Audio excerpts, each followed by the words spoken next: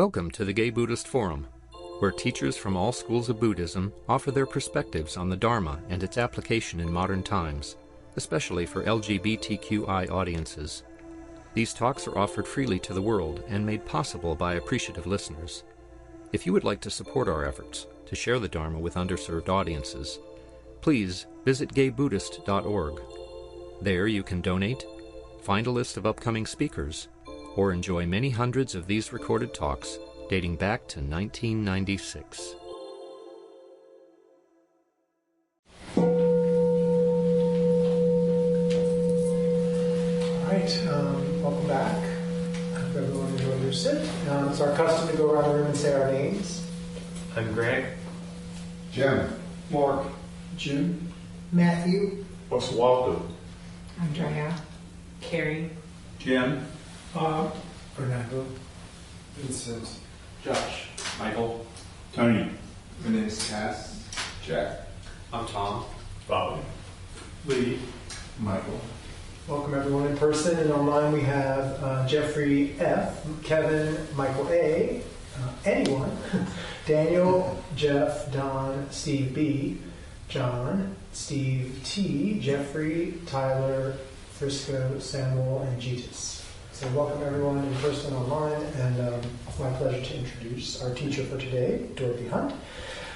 Dorothy serves as spiritual director of Moon Mountain Sangha and was the founder of the San Francisco Center for Meditation and Psychotherapy.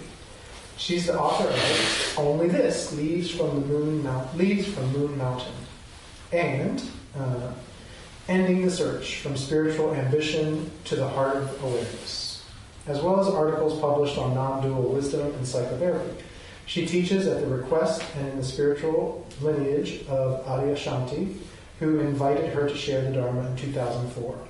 Dorothy has a long and deep connection to the teachings of Ramana Maharshi and the non-dual teachings of Zen Advaita and the Christian mystics.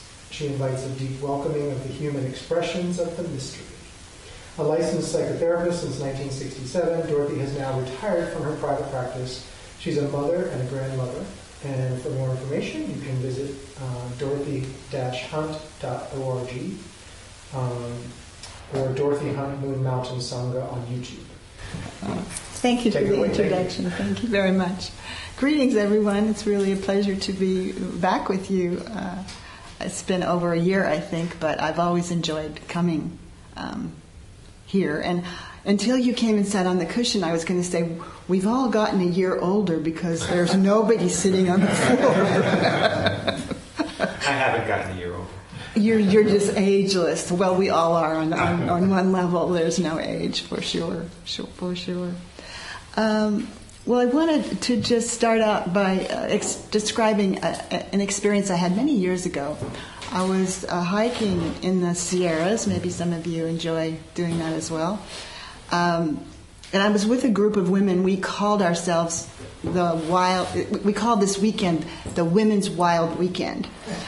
None of us were really very wild. But the wildest thing we did was we rented a cabin, and then we took all the beds outside, so we actually could see the stars, but in a really comfortable bed. That's about as wild as we got. Just so you know, that is a possibility.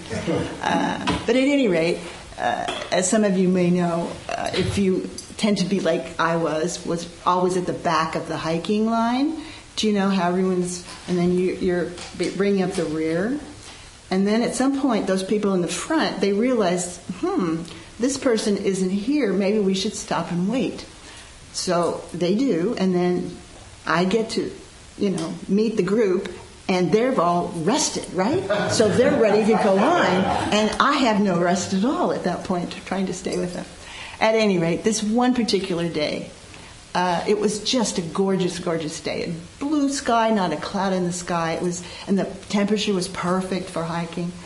But I decided at one point, I'm just going to take my own rest, even though they were ahead and probably going. So I'm sitting on this rock. And there are some beautiful granite boulders in the Sierras and so forth. Anyway, I'm sitting on this rock, just looking at the sky. And then in the midst of this blue, cloudless sky, there's just this little, I call it an apostrophe. It's just a little apostrophe of white, just like that. And I watched it, and I watched it, and I watched it. And what happened with that is that it turned into a cloud. So it was actually, the vision was, this was coming out of nothing. Before there was nothing, there was just blue sky. And then, now of course science would tell us, well, there was moisture in the air and it was forming a cloud and came from rain originally, blah, blah, blah. But that way of looking at things is so often how spiritual traditions describe awareness and the content of awareness. Be the blue sky of awareness and let all the clouds just pass by, your thoughts, your feelings, and so forth. But there's a subtle separation there, and I want to talk about that a little bit more. But as I'm looking at this cloud form, there was then the experience of the light was just at the right angle, I guess, and it took on all the colors of the rainbow, this cloud. It was quite beautiful. Maybe some of you have seen something similar to that. But this division of awareness and the contents of awareness, many people, particularly in non-dual traditions, are trying to just be the awareness. And people have come to me, students, and say, why can't I just be the awareness? Why can't I rest in awareness? Haven't you heard that? You should just rest back in awareness. Why can't I do that? Well, the one who wants to do that is not awareness. It's the content of awareness. However, it's not separate ever, ever, ever. And so, to be awareness is what you already are, or you wouldn't know you're sitting here. You wouldn't know you're listening to my voice. You wouldn't know what thoughts are going through your mind, or what sensations you have sitting on your chair, or being in this room, or the energy that came or didn't come when we were sitting together. Which for me, I got to say, there's just a whole lot of love here for you guys, while I was sitting here. I hope some of you felt that. But the thing that often is, and every tradition will point originally to true nature, to God, to Buddha nature, whatever, is the name for this mystery that we can't really name. If you really touch into that dimension of yourself, there's no word. There's just no word. And yet, it will reveal itself. And when it reveals itself, you know that you're not who you thought you were.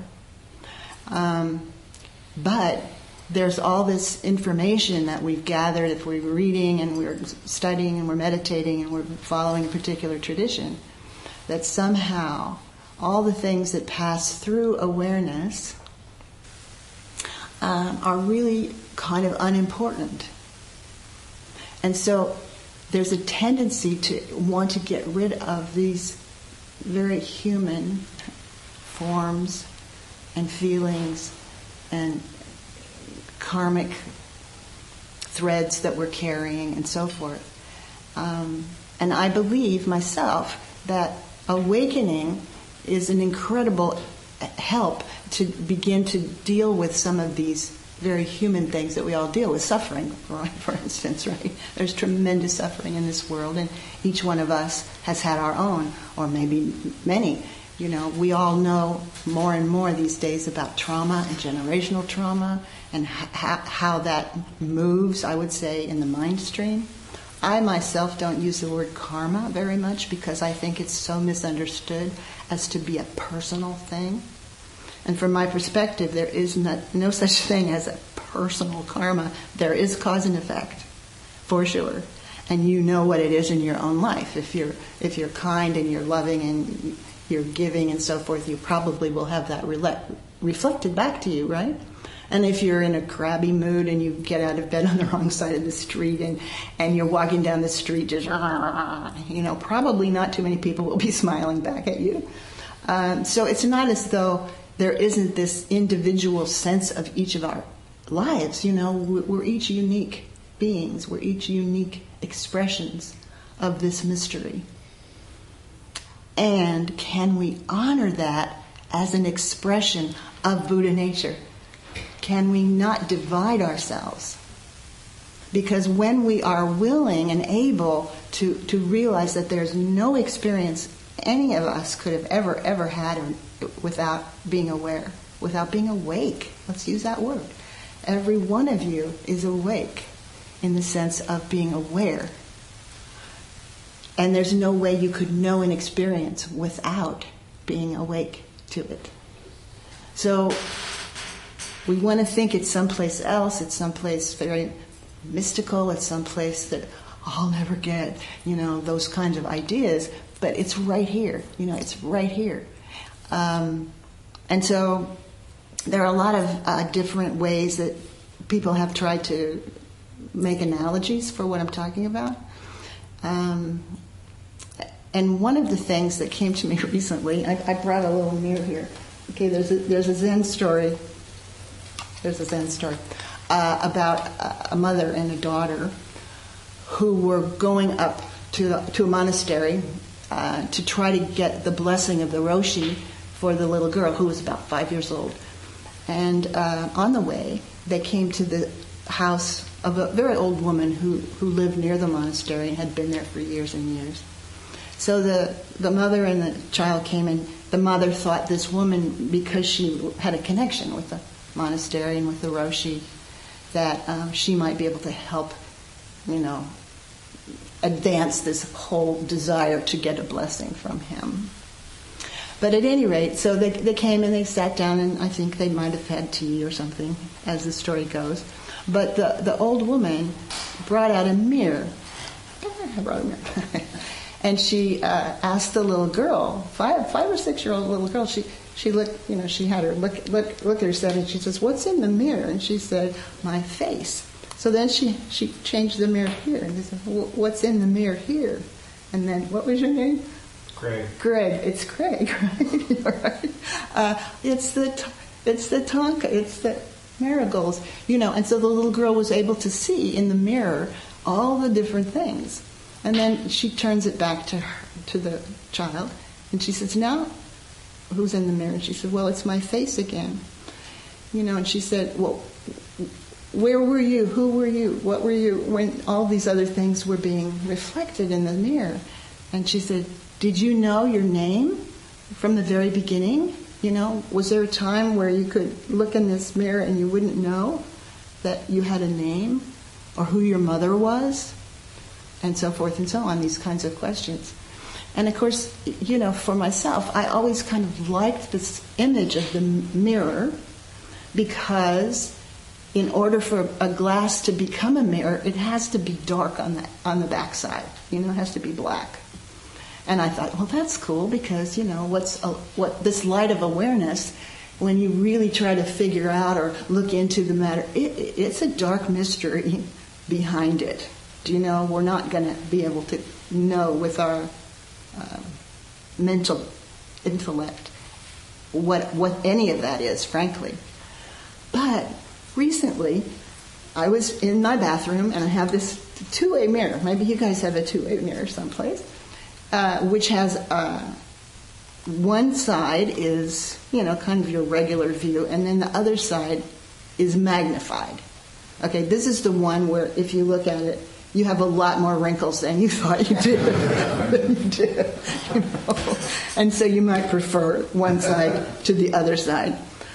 But I thought, this is actually a better example if we're going to look for an analogy, because this awareness, this awakeness that we are, it's not just looking this way.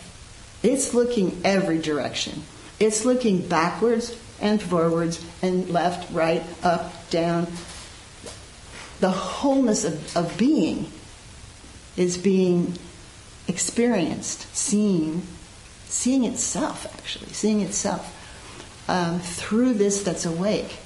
And what I put into my little analogy here between the close-up view, which gets to reflect in us those things that maybe we wish weren't here.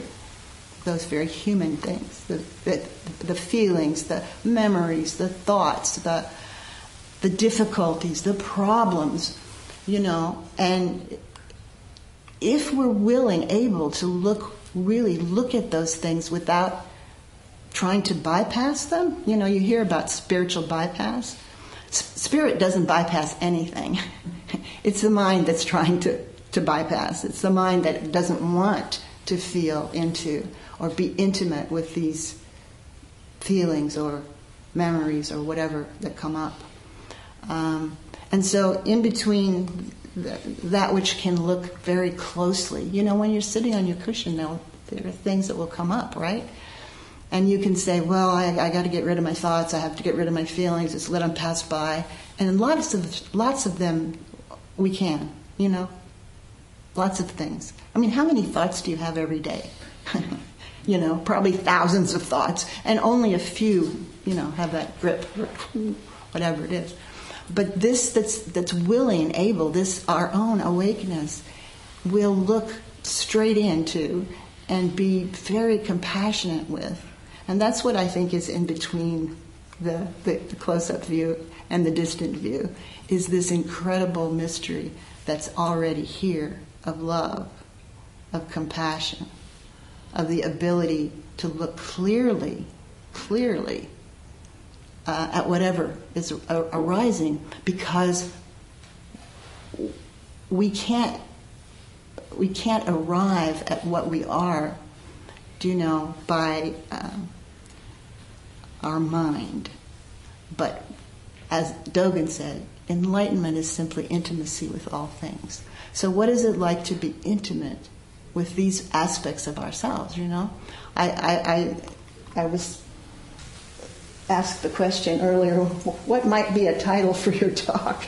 And I said, well, maybe it could be about waking up and growing up. But growing up, to me, it just means opening to the movement of the psyche to heal itself. And that's not apart from waking up, because these are not two. It's like a coin. And your experience sometime will be with the absolute side of this coin. And you'll be just maybe in those good moments in bliss, or feeling completely free and knowing that dimension of yourself. And then the other side, the relative side, the human side, the pain side. Buddha talked about the two arrows. Do you know that story? There's the arrow that is the original pain. And let's talk about for a minute that probably for most of us came in childhood, and to various extents, right? Some people had tremendous trauma in childhood, some of us less. But still, we know what it is to experience pain because we have a body. We have an expression that's here in this relative world. So that's the first arrow he spoke about. It's kind of unavoidable. Things we had no control over, whatever. But then he spoke about the second arrow. The second arrow is really what causes more suffering. Because the second arrow has to do with how we have interpreted that original pain or that original issue, abuse, whatever.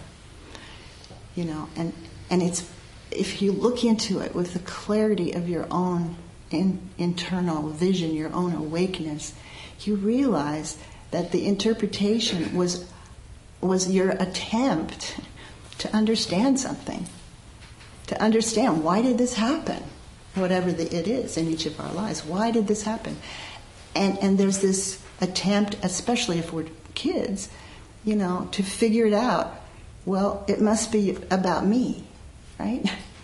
It must be because I wasn't lovable, or I wasn't strong enough, or I wasn't enough, period. And then we take on an identity, a core belief that becomes this knot, K-N-O-T, this knot that then moves in our lives, the patterns of our mind. So part of meditation practice, from my perspective, is really being able and willing to look honestly into the patterns of your own mind. We all have them. We all have them. And if you kind of make a graph of what are common ones, they many times just come back to I'm not enough. And then you fill in the blank. I'm not whatever I was saying before. I'm not strong enough. I'm not lovable enough. I'm not smart enough. I'm not tall enough. I'm not pretty enough or handsome enough or whatever is enough, But what's underneath that, So when we're looking from the awake perspective of our own being at these things, we're invited to, it's like an onion, you keep taking layers and looking, okay, what's underneath this one? What's underneath this one? Can we do that? Okay, there's this outer shell, our persona or whatever, okay. But maybe the thing that you're looking at is pain, pain. Okay, if you're really soft and gentle with yourself, what's right underneath that? Well, frequently there's sadness, there's vulnerability. We might have started with rage. Rage is a really good defense, don't you know? It really keeps us from needing to feel our vulnerability and fear. Okay, so there are these layers, and you can either think about it like an onion that you're going inside, or you can think about just coming down through the layers of feeling and thought and belief and so forth. But there'll always be something underneath, and that's one of the things that being more and more in touch with your awakeness, with your awareness can go anywhere. It has no barriers. And the great thing about your awareness, it's not threatened by anything. The mind, the emotion, can feel very threatened at times. But awareness, it can't. It's like the mirror in a sense, except the mirror image idea so often omits the compassion piece. This is loving awareness when it comes through the heart. Yes, it's the transcendent is not personal, just like karma is not personal, but cause and effect actually, of course, are moving. The mind stream is moving all the time, in whatever ways, and we bring into this incarnation whatever we bring in. And sometimes that's where pain is coming from, and we don't even know it for a long time. We think it's all about, this thing or what happened. I thought my parents were really loving, but now I'm feeling all this crap, and we try to understand. But they're just these innocent misunderstandings because we've inserted a separate self into the whole idea. Okay. And that separate self idea is actually something that keeps us from really being able to heal those wounds with our own compassionate awareness. So we wake up to that, hopefully. I know some of you in this room have definitely had that experience of waking up, and then we talk about waking down, waking up and out, and then waking down and in, and these are definite, I don't even want to say stages, movements. And sometimes the movement of the heart will be, kind of first, and then, up and out into the transcendent dimension of the mystery will come later. But eventually, we can't just hang out up here. It's called, in Buddhist thought, like a disease, hanging out in emptiness. It's pretty safe up there. And many people are trying to transcend these incarnated aspects of the divine in order to just be up here all the time. But eventually, I will tell you, something pulls us by the ankles back down into the body. And that's a really important piece of the so-called spiritual journey, I believe. Just like okay, now what is it like to come from that place of loving, compassionate awareness in these human forms, in this particular life dream, because it's all a dream in one respect or another. And I wanted to read something that you're very familiar with, probably, if you've done Buddhist studies for a while, but Aspects of the Genjo Koan by Dogen. As all things are Buddha Dharma, there is delusion and realization, practice and birth and death, and there are Buddhas and sentient beings. As the myriad things are without an abiding self, when all things have no separate self, no solid self.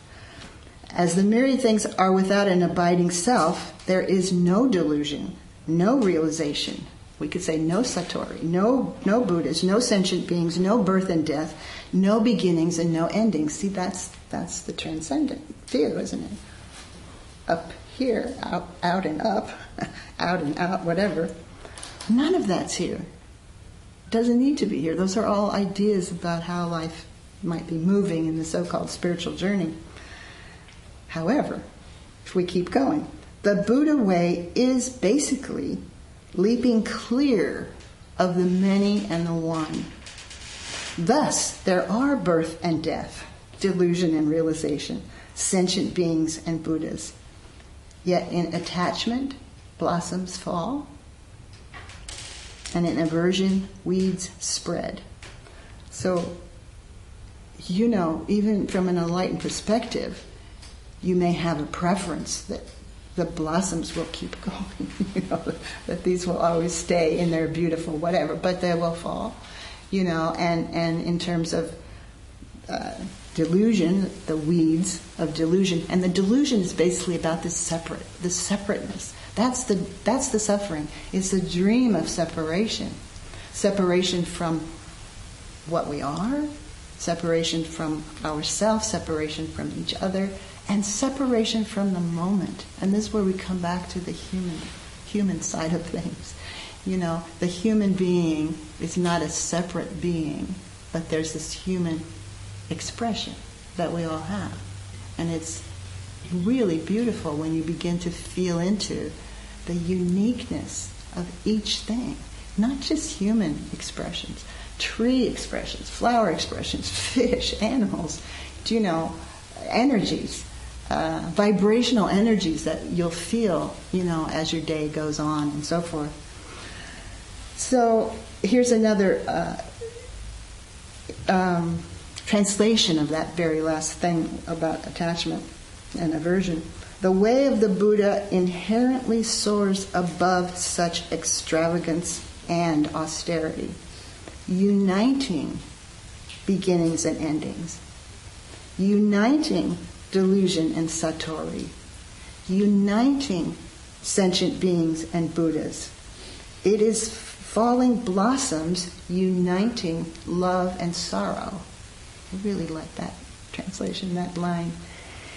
It is falling blossoms uniting love and sorrow, spreading weeds uniting indifference and dislike, nothing more.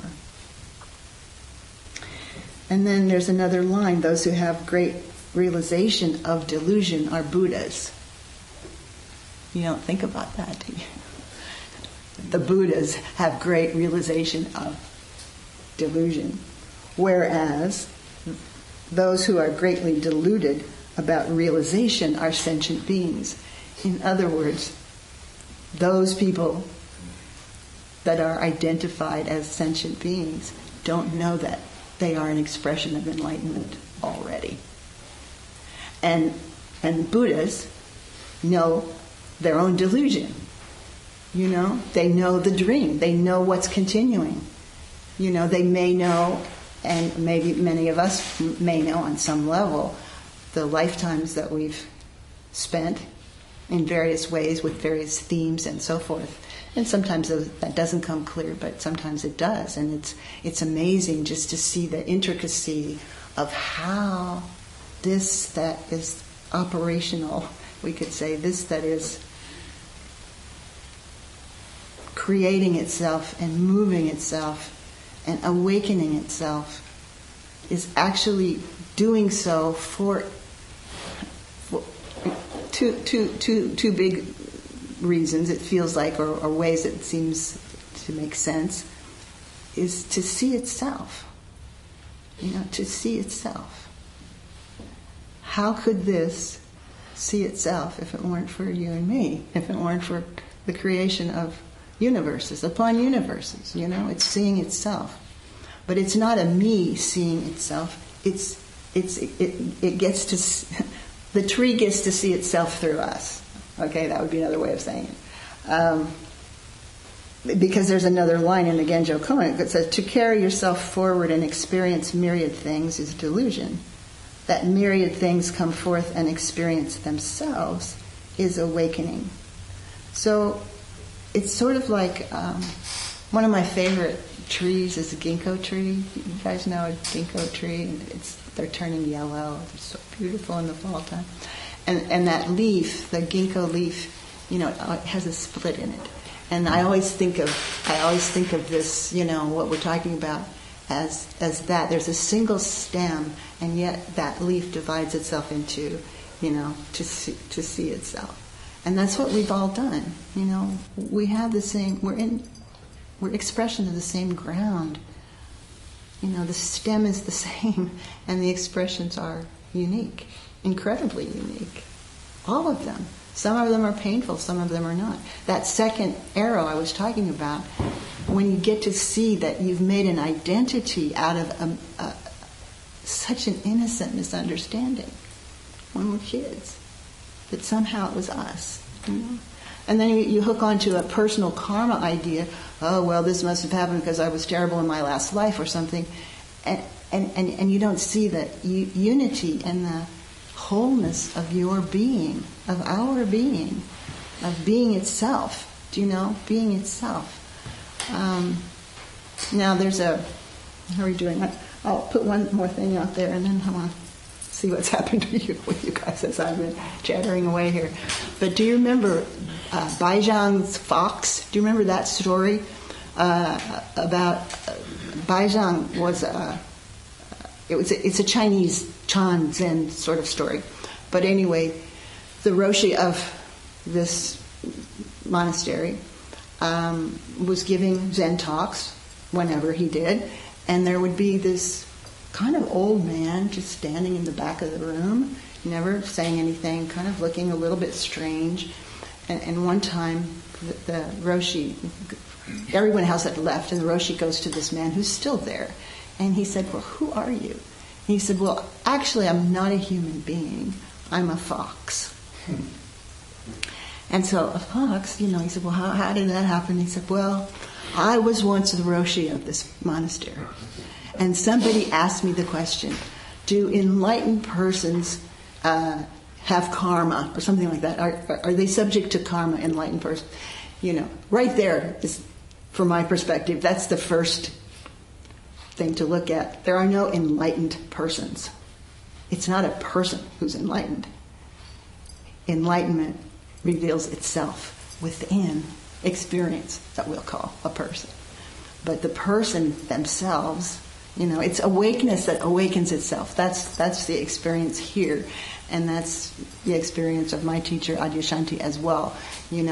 We talk about enlightened persons. But anyway, to get back to the fox, okay? That was a little detour. So he said, so I said, when someone asked me the question, do enlightened persons, have karma? I said no. And then I had 500 lifetimes as a fox. Lifetimes as a fox. And of course, because I had said that was his idea, that this is the reason he had these 500 lifetimes as a fox. And then he begs the current Roshi, who has the same name, by the way. So, these 500 lifetimes could be a lot of fox trickster kinds of lifetimes. But at any rate, as the story goes, he said, please tell me, give me a turning phrase that will release me from these lifetimes as a fox. He said, so how would you answer that question? Does an enlightened one person, are they subject to causation? That was another way of putting it. And the current Roshi says that one is not blind to causation. It's like a subtle shift, isn't it? It's like people often, if there's been an awakening, they think they're done. I thought that for a long time, which was so naive. It was so naive. But nonetheless, then I met Adyashanti, who said, awakening to the absolute's just halfway around the circle. That's kind of like step one to how does it want to move? How does it want to operate in this human expression of ours? But at any rate, I won't go on with the fox story so much except to say the fox guy was greatly enlightened. Don't you like those little, just like there's just a moment and then, and sometimes it's really like that. But anyway, he said, I'm going to have to leave the corpse, the fox corpse in back of the monastery. Would you be willing to give it the burial that you would give to a monk? So that's what happened, and you can read that story if you're interested. There's more about it, how the other monks were like, nobody around here has been sick. How come we're doing this monk funeral back in the back? But at any rate, I only bring that story up because I think there's such a misunderstanding around karma. I really, really do. That somehow we don't see that too is an expression of how life is moving in order to move ourselves, our souls, our psyche, our expression of the one, to move it toward enlightenment, toward awakening. Do you know? And sometimes there's no way to really experience the depth of joy and the depth of love if there hasn't been suffering. It's not a requirement, but as you know, life is full of suffering. I mean, that was the Buddha's first truth, right? And so there's a way that we can look at these things we'd like to get rid of in ourselves, as really opportunities to look more deeply, to look with clarity, to look from what's awake, from what's compassionate, not to judge. Because our awareness has no judgment at all. None. Zip. It just sees clearly. It sees clearly what is. Every moment sees clearly what is. The mind has lots of judgments, doesn't it? Our conditioned mind. Oh, shouldn't have done that, shouldn't feel this, shouldn't, on and on and on. But awareness doesn't really have that judgment.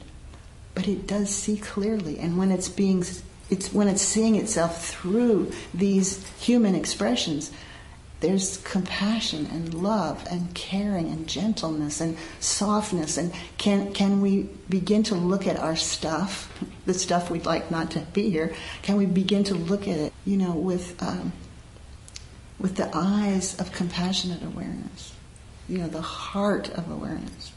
It's not just this mirror image. It's itself. It's seeing itself. And it apparently loves to be because it's being everything. So, now I can be the expression called anger. Oh, now I can be this expression called fear. Now I can be this moment of bliss. Now I can be this expression of joy or humor or laughter or, or tears or whatever. It's always expressing out of itself the moment as it is. And most minds don't really want to be in the moment as it is. I want a different moment. I don't want this one. No, let me have this other one. And so I'm going to sit and try to be that other one, and sometimes we can get great insight. I think the greatest psychotherapy I ever had was on the cushion, frankly. Some of you may have that experience too, that you just find out all kinds of things on your sitting. It doesn't have to be on a cushion, obviously, because here we are. But the willingness to look into what's arising from that perspective of what's clearly seeing it within compassion. And the other thing I would just mention, kind of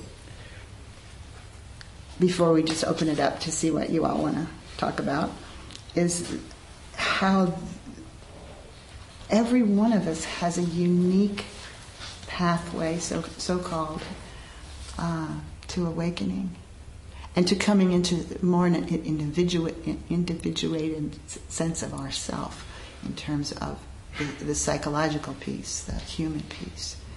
You know, it's unique to each person. There's not just one way. And so, you know, maybe you're following what you think is a Buddhist path, or you're following a Christian path, or a Sufi path, or Muslim path, or whatever. And, you know, there's nothing wrong with these traditions, but we can get stuck often and think it needs to look a certain way because we've heard stories about how it is for this person or that person, or the Buddha himself, or Jesus, or whomever. But at any rate, here's just a short poem that I'll end with before we talk to each other. It's by Antonio Machado. He says, "Traveler, there is no path. The path is made by walking. Traveler, the path is your tracks and nothing more.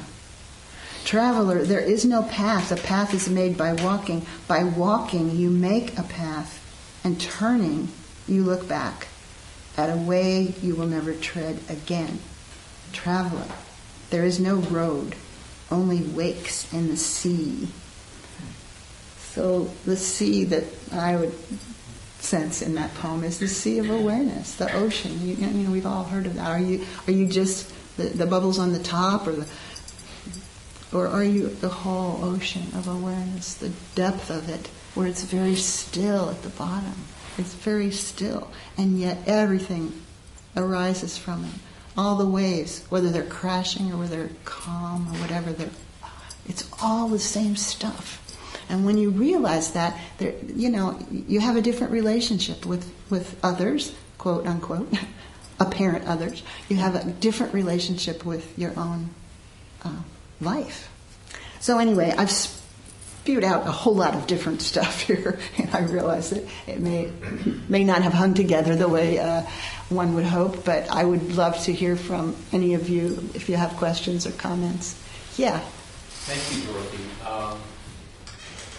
I'm intrigued by what you said, that awareness has no judgment. Yeah. And relating to karma, so I have a friend who has become a Buddhist monk, and he's off in all these faraway places, and, you know, at the right hand of the tulku or whatever. And right. Doing all these ceremonies and living his whole life to work off his negative karma. Yes. And the 500 lifetimes as a fox. yeah, right. And so karma is often interpreted or taught or understood as cause and effect, and there's good effects and bad effects, and there's good karma. True as far as it goes. Yeah, go ahead. Good karma and bad karma. Mm-hmm. And yet, when you compare that with awareness has no judgment, it's like, is one effect positive or negative? I guess in some ways it's all in the viewing. Exactly. Right? Exactly. So what would you... It's yeah, all that's sort in of... the viewing. Karma is a form of duality. Right? Sure. But awareness with no judgment is non-dual. Exactly. Put them together and see what happens.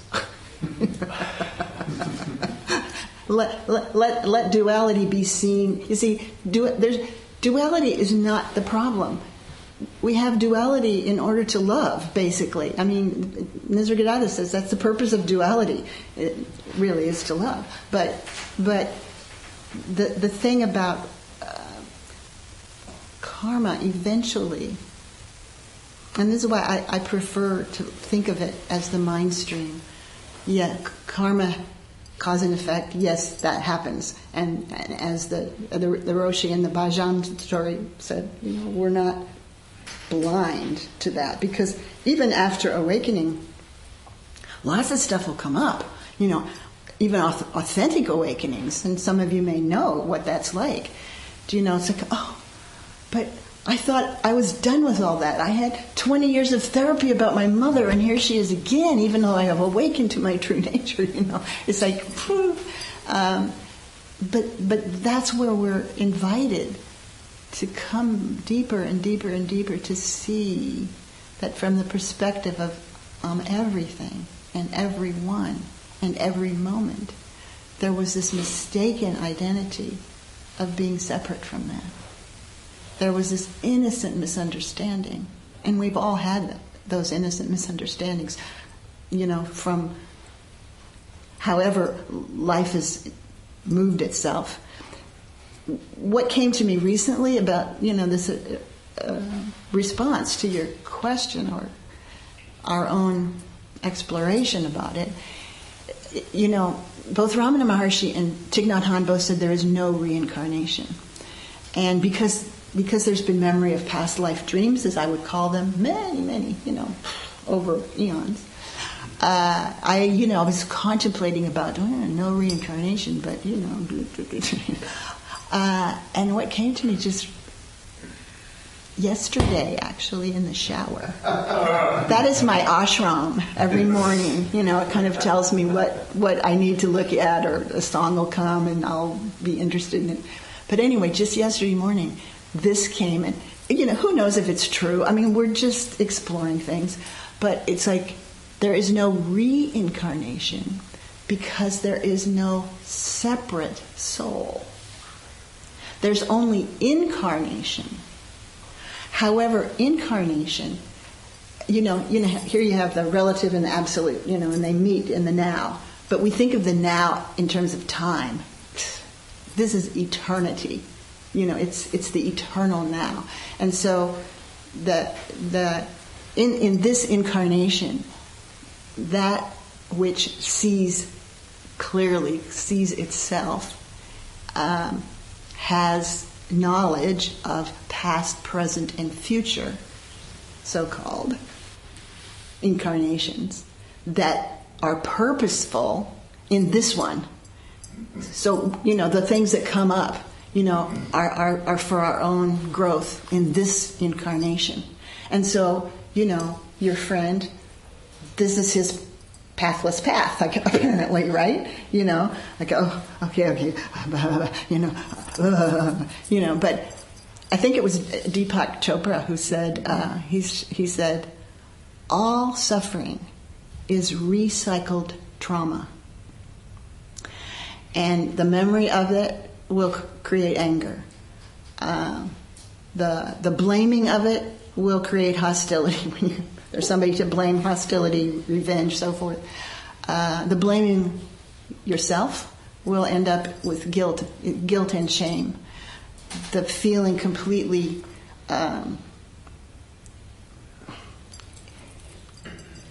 what would be the word? You know, like drained of energy will end up as depression. Do you know? So there are all these ways that we deal with suffering from the perspective of being separate from the felt sense.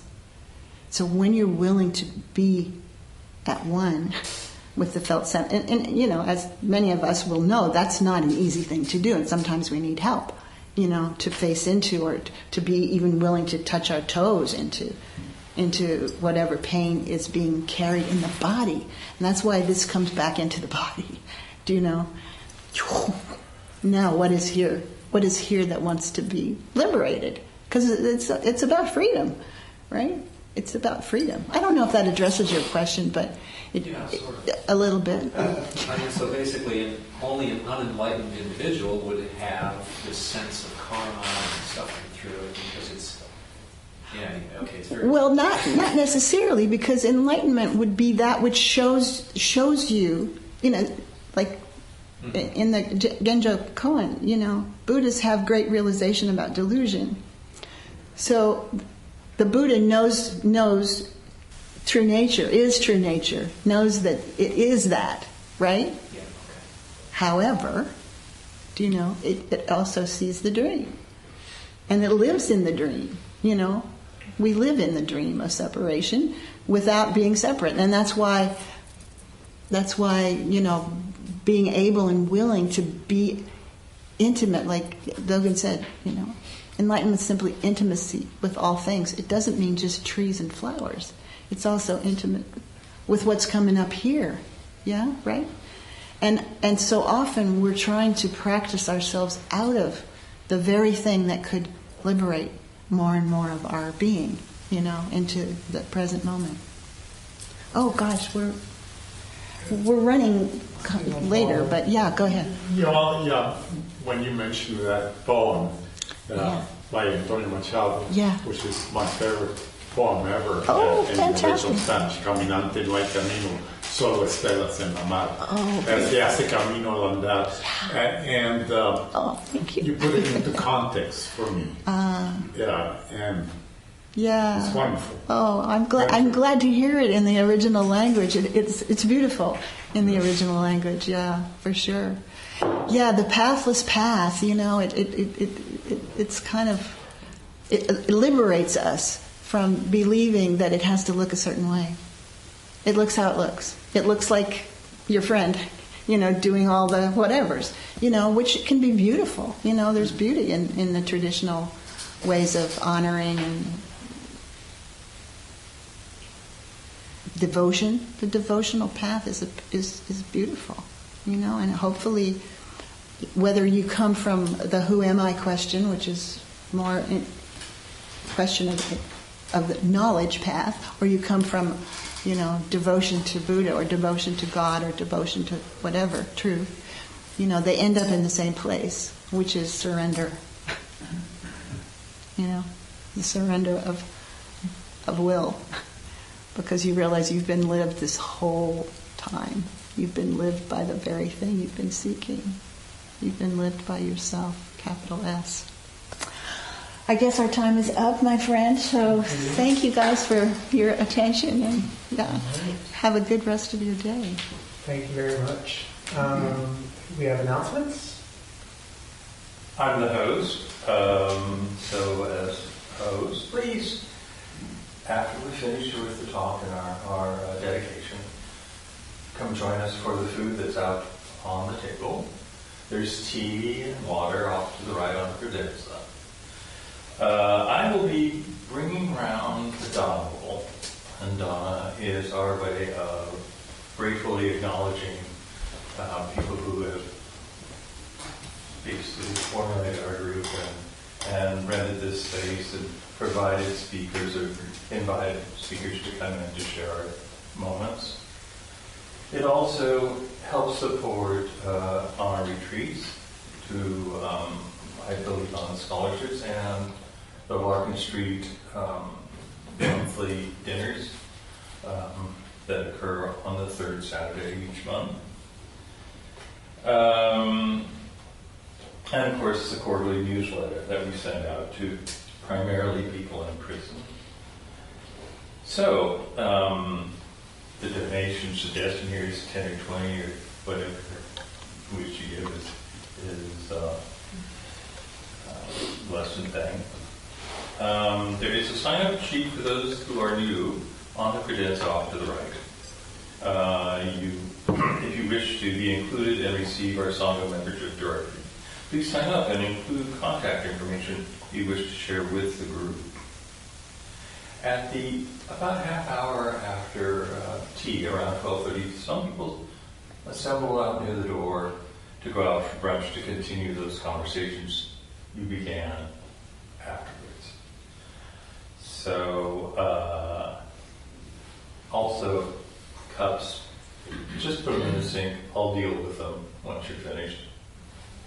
So, that's it. All right. Thank you. Yes, Matthew?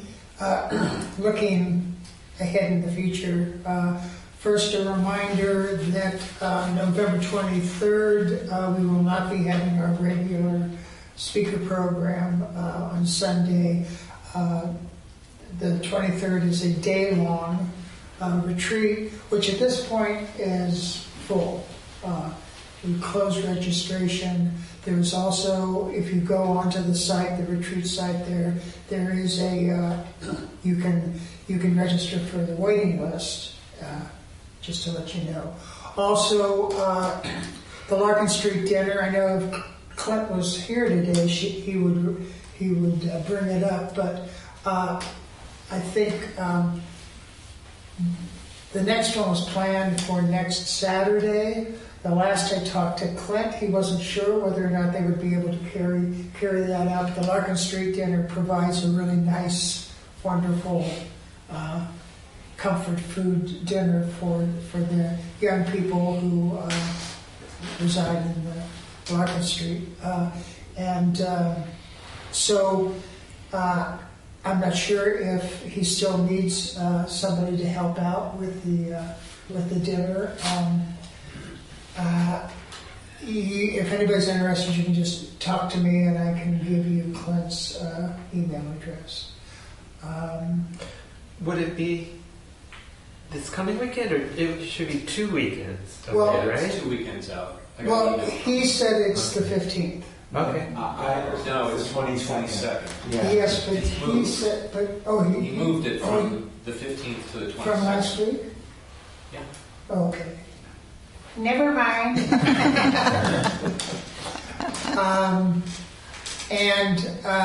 And also the 30th,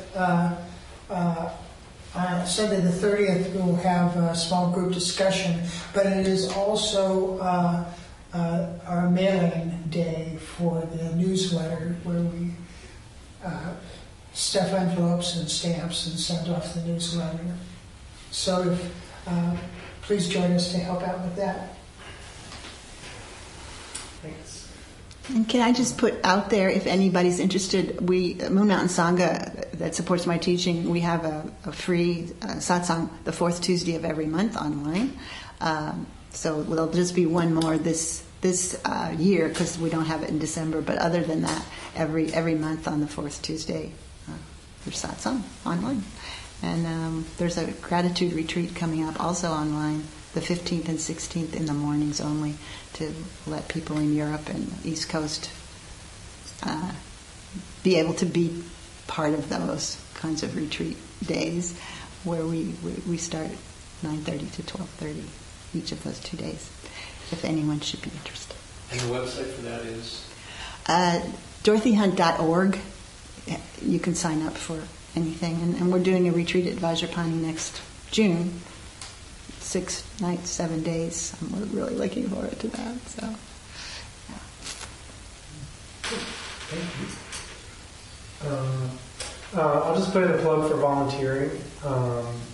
I came to this Sangha like over a decade ago. I just was one of you sitting out there and slowly, integrated myself into the Sangha and through service. So we have a lot of opportunities to do service.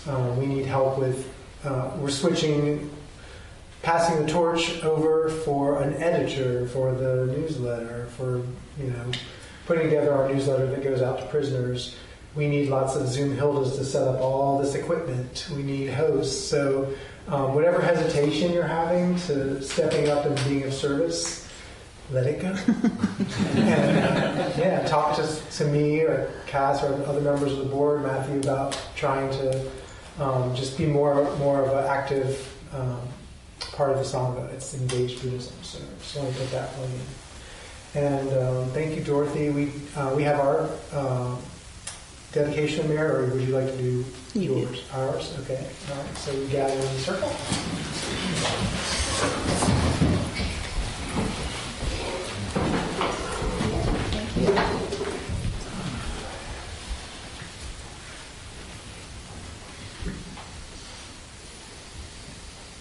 By the power and truth of this practice, may all beings have happiness from the causes of happiness. May all be free from sorrow from the causes of sorrow. May all never be separated from the sacred happiness which is without sorrow. And may all live in equanimity without too much attachment or too much aversion, believing in the equality of all that lives.